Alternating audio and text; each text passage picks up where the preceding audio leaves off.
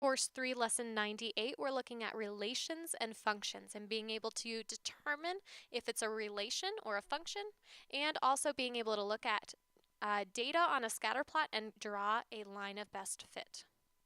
So relations, this is just a pairing of two sets of information. So like phone book has names with phone numbers. Math book has lessons with math problems. Maybe a menu at a restaurant has food with prices. Okay, there's lots of ways that we can show these in set notation, in pairs in a table, in a graph, in an equation. So if we have this situation, our table shows the number of tickets purchased and the price. How can we show it in a different way? Well, if we have it in a table, we could also show this in a graph and in an equation. And if we look at this, we can say, oh, 0 tickets is $0, 1 is 7, 2 is 14, 3 is 21. It looks like each ticket is $7. And that's what we can see here. Our price equals 7 times the ticket amount.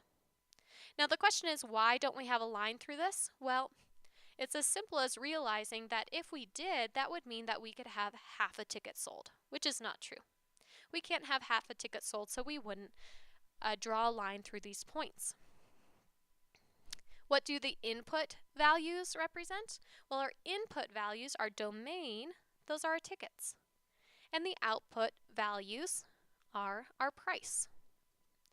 Now I bring this up because relations are sometimes functions. Functions, we say, has exactly one output for every input. So whatever we put in, we're going to get one and only one thing out.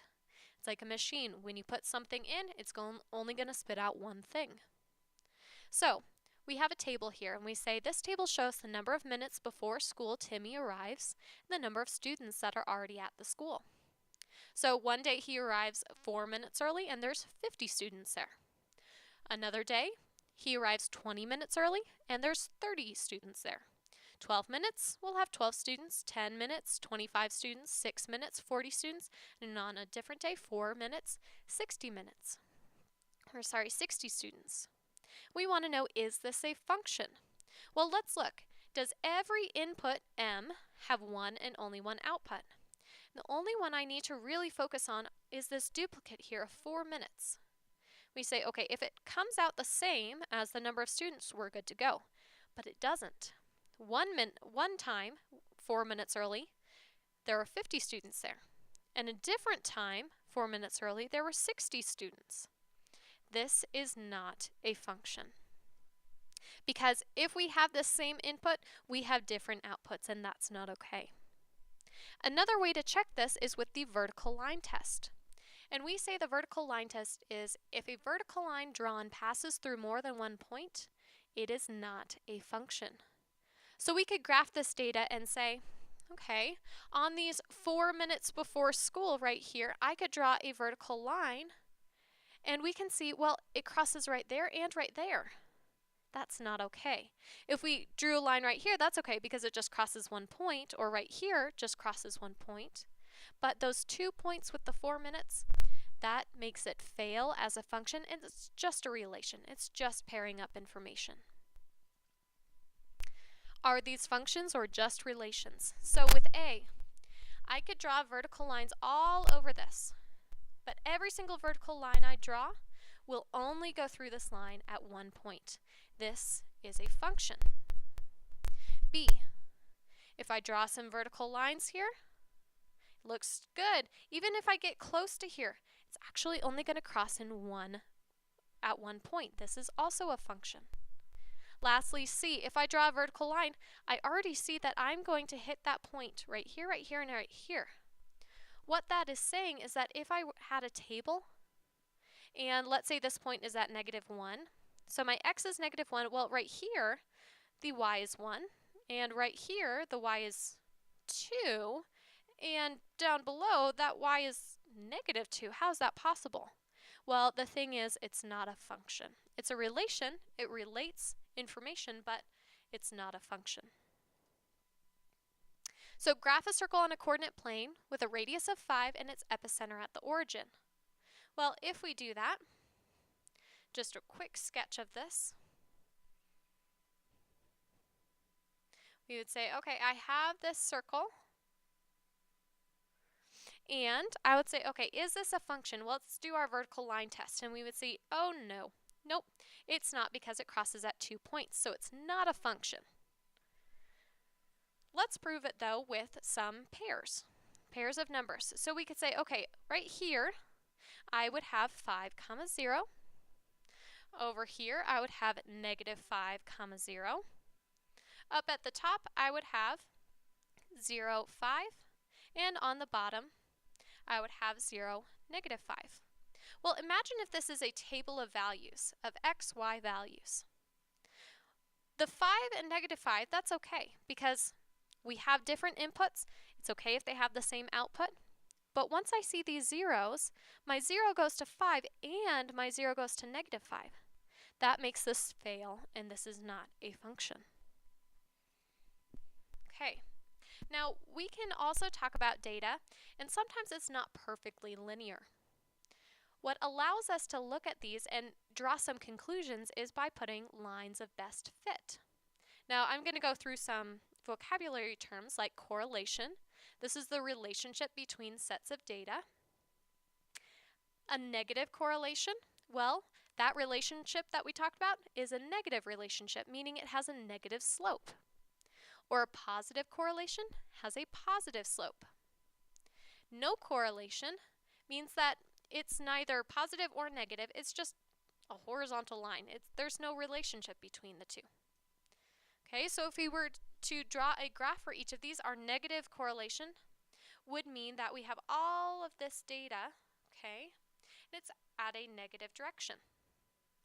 And if I had a scatter plot like this, I'd say, oh, that's a positive correlation. No correlation would look like I have dots just kind of everywhere. I would say that's no correlation. Okay? So these scatter plots are very, very helpful to us because in life, a lot of things are not actually linear. Okay? So when we go to graph this on a coordinate grid, and I'll pull up a piece of graph paper so I can do this a little bit better, we'd say, okay, let's make our graph. And we'd say, okay, maybe we go by tens or fives. Let's go by fives. So 5, 10, 15, 20, 25.